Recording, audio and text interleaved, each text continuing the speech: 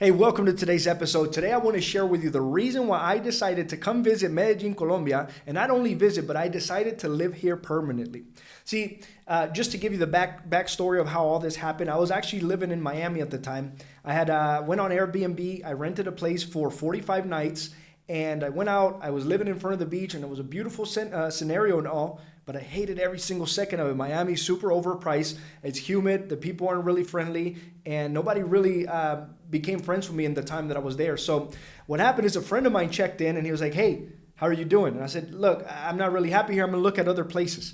And he said, "You might consider coming to visit Medellin." At the time I was like, that country sounds like there's going to be violence, like there's drugs and all kinds of stuff that I'm not into. And he said, "No, the news has made it to where it seems like that, but in reality, it's a really friendly country." So what I did is I went on YouTube, I went on Google, I looked it up, and everything checked out. So I'm going to give you the 10 top reasons on why I decided to stay here permanently after I visited.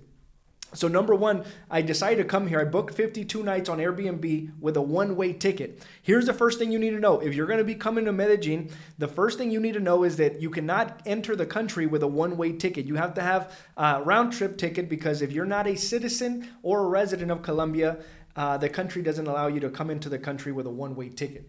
So anyway, I got into the country. I booked into my Airbnb. Everything was great. I get in. It's massive. It was way bigger than I was expecting. So I get in and I start noticing everybody's really friendly and whatnot. So I decided to give it a shot. After the 52 nights, I made a conscious decision to live here.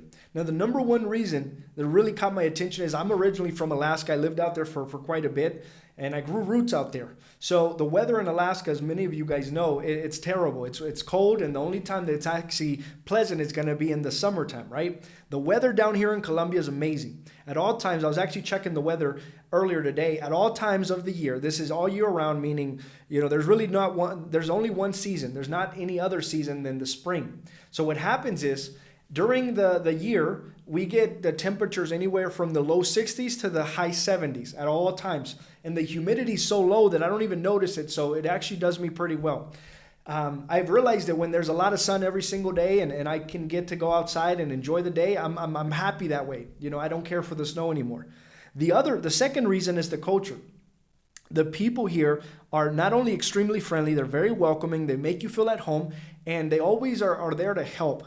For example, I remember the first time I got here, the people at the airport were very friendly. I got lost a couple of times and they guided me to my Airbnb. They didn't try to rob me, they didn't try to take anything from me. They were just genuinely friendly. So the culture here is said to be helpful. Again, if you're a foreigner and you're visiting the country, be careful with showing off that you have money or that you're coming in from a place that has a lot of wealthy stuff, because some people would not be ethical and they'll try to take advantage of you for that reason.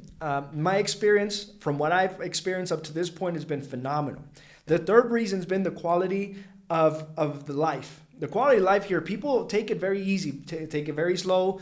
As you come here, and you'll realize if you stay here for longer than just a small vacation of 2 to 3 days, you'll realize that the year in Colombia has a lot of holidays. And so what I've realized is that people here will take, I can't tell you the exact number, but 2 or 3 days out of the month, the least is a holiday. I know in December, most days are a holiday. So people here take it very easy. Nobody wakes up super early to go to work. Nobody's starting the day at 4 a.m. like we do in the States. And it's a very laid back culture. So people are not in a rush. People are not in a hurry.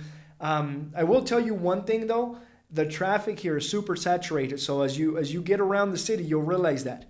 The other thing is the foods and fruits. I've always struggled with food, right? I know in the States there's a lot of fast foods and whatnot.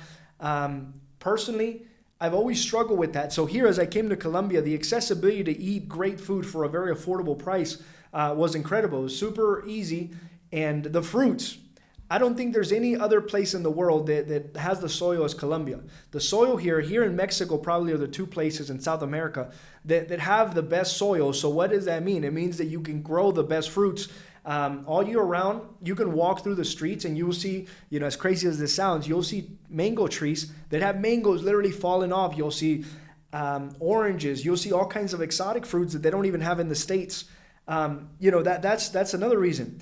The next reason is going to be the affordability. It's pretty crazy how Coming from the United States into Colombia, once you come into this country, I know the currency changes ups and downs and whatnot because of inflation, but you got to understand, on average, $1 will multiply 4 times. So that means if you have $1 in the States, as soon as you get to Colombia, you have $4.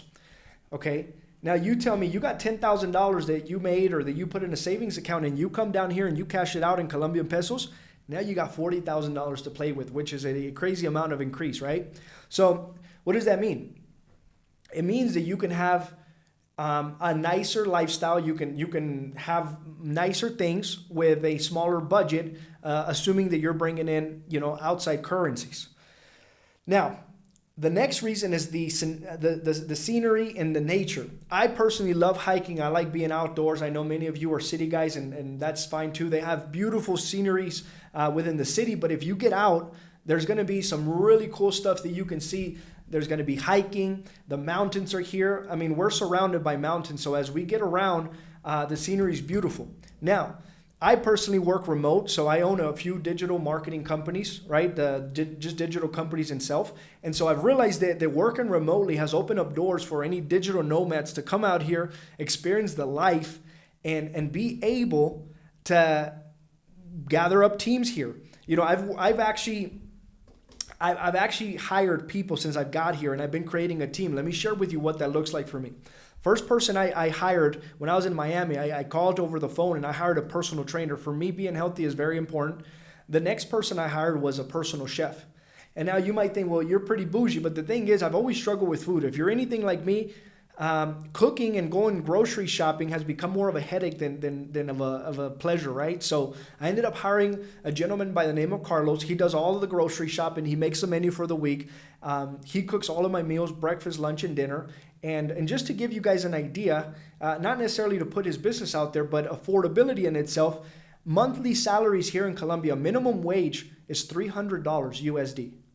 Guys, $300 for minimum wage for somebody that works all month around. I've met people that have went to school for 6-7 years that are veterinarians, doctors, and things like that. Depending on where they work and who they work for, some people make minimum wage with degrees like that, guys, which is, to me, it just mind-blowing, right? So just so you understand, I pay none of my employees minimum wage. Everybody makes at least 2 or 3 minimum wages from what the minimum standard is. But all I'm saying to you, even at $300, $600, or $900 a month, to me that's pretty affordable to have a personal chef. Because you look back in the States, you can get a personal chef to do the same thing, and you're looking somewhere around $5,000 to $7,000 USD. The next person I hired, because I realized I was having a hard time getting around, and taxis was just a headache because I didn't know how to give people directions and things like that, so I hired a personal driver. My personal driver is awesome. He knows the whole city. I actually joke around with him and I call him that Google Maps, because he basically knows the whole city. He knows everywhere. When I say, hey, I need to go to this landmark, he says, no problem, let's go. He doesn't even put it in the GPS. I also have a videographer that's been helping me get all my content. That's why you guys are seeing this. And then I hired a personal assistant. Guys, the cost of living here, depending on where you live in the neighborhood in itself, you look to pay per month on an apartment that's not furnished somewhere around $500 to $600 per month. Now, again, location is everything, right? You could be way less than that or you can be way higher than that. And if the apartments are furnished, you're probably going to pay more money. Now, there's always, if you ever come to Colombia and you're anything like me and you want to hire people, maybe you want to hire an assistant that works remotely, maybe works for you in the States, or maybe you want to have them here. It's very possible. There's plenty of people here in the country that will love to work. I've realized that the culture here, the people here are very committed, they're very loyal, they're very hardworking, and they're very humble, okay? And they're very grateful to have a job. So that's another thing that I've actually enjoyed about this country. Now, the diversity and the activities that you can do. What do I mean by this? The fact that I could be in a different city within 1 hour flight from here, and I can be in a totally different scenario, diversity of people, completely different. There's a place I've been to, it's called Cartagena.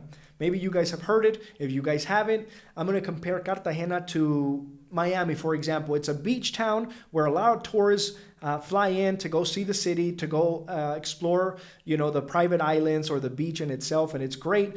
But that place, if you guys look at some of the other blogs I've done, you guys be able to see I did a blog over Cartagena. There's going to be a lot of vendors there. There's a lot of people that make a living by selling you things such as hats, glasses, just regular commodities on day to day. Now, people are very diversified. When I got here, I did not expect to have so many kinds of people from, I guess I'm talking about the looks. You have white, you have black, you have brown, you have dark, you have all kinds of people, and I wasn't expecting that. I didn't realize that Colombia was so diversified, and everybody here speaks Spanish. That's the native language. Now, as far as the activities, there's thousands of things to do.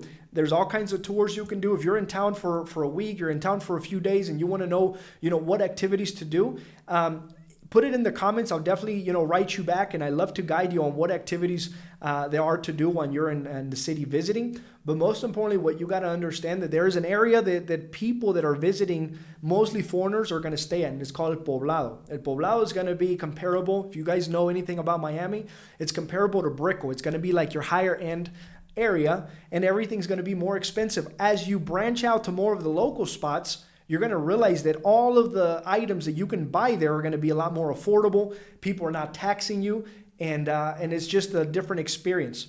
I personally like to be around locals. I actually speak Spanish fluently, so I'm actually able to blend in, and it doesn't bug me at all to be around the locals. I personally care for that more than being around foreigners. Nothing wrong with foreigners. But guys, this is just one of the mini blogs I'm going to be doing. The next one that I do, I'm going to be very informational like this one. I hope you guys enjoyed. If you guys haven't, go ahead and hit the like button, subscribed, and I'll see you guys on the next one.